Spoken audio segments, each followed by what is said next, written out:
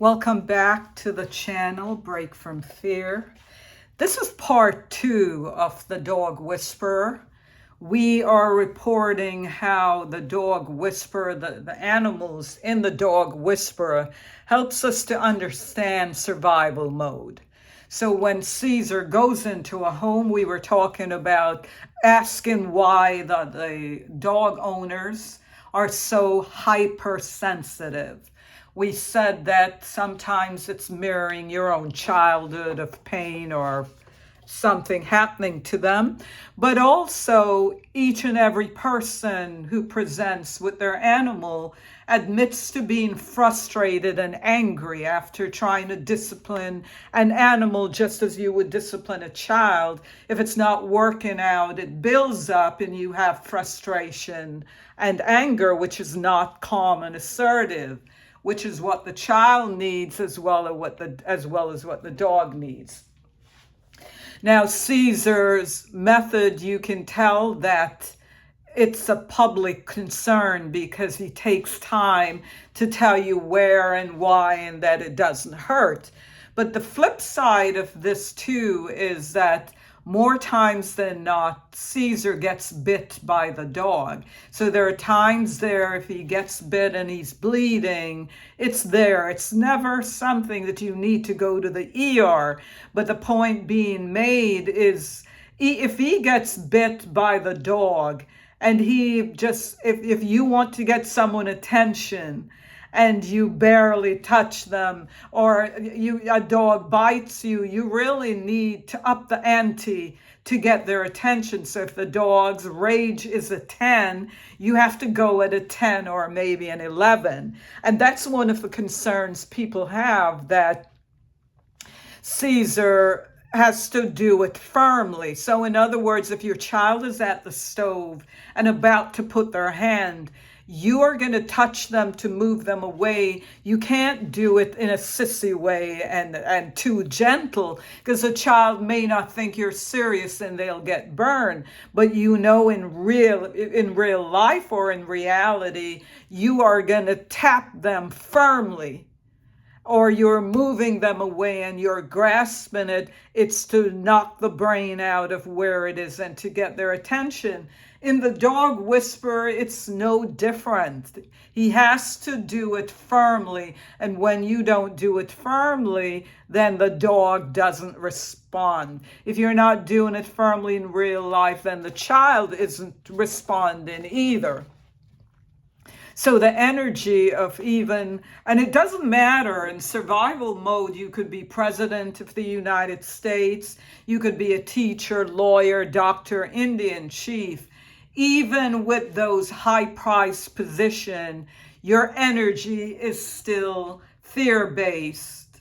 Fear-based, you're not assertive, you're too hypersensitive. In other words, you are not balanced, and it's all psychological. Just because of your position, you don't really see it and you're not thinking about it, but the dog mirrors what energy you're giving to them.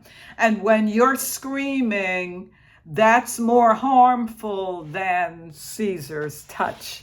And Cesar realized that it's easier to read the animals than the humans, because all the humans, and I'm safe saying all, not a few, even the person who comes across as assertive, that person is angry or frustrated, so it doesn't make sense. So when you're not able to be calm and assertive and balanced, you create neurosis. But be it in the animals, because your fear is a weakness, or in your children. I used to work as a psychotherapy with families, and it was very difficult to get the children to change. And the reason is I couldn't do the work without the parents. I needed the parents to change their energy towards the children. And it was the same response as when a family called in about their dog. It's the same response when they called me about their children. They were too hypersensitive, didn't want to talk to them a certain way, didn't want to touch them, didn't want to hurt their little feelings, but the children were out of control, and thus the entire home was out of control. So what I want to leave you with on the subject matter is that when you are calm and assertive, that is really a form of love. So when calm, assertive energy is really love. And so when you're in survival mode, you're going to be hypersensitive. That comes from when you were in your primal mode and something happened to turn on your fear permanently, put you in survival mode. You're still remembering or mirroring that. But the goal, as always, is to get rid of it. We can continue a part 3 with Cesar. There's so much for you to learn there. I try to keep the videos short, just so it's enough. It's a bite for you to put your teeth in, grasp. But your goal is always to get out of survival mode. If you do not get out of survival mode, people commit suicide. And every season of your life, survival mode takes on a different arm or angle or different symptoms, and they get more severe as you get older. So there's no getting away. Each day that the clock ticks on you, your trip or your visit or your living in survival mode puts you at a higher risk. Thus, the goal, I've said it over and over, is to get out. And I am here to help you do that. Please comment, touch the like button, subscribe to the channel. Let me hear your feedback, and I will see you next time. Until then, bye-bye.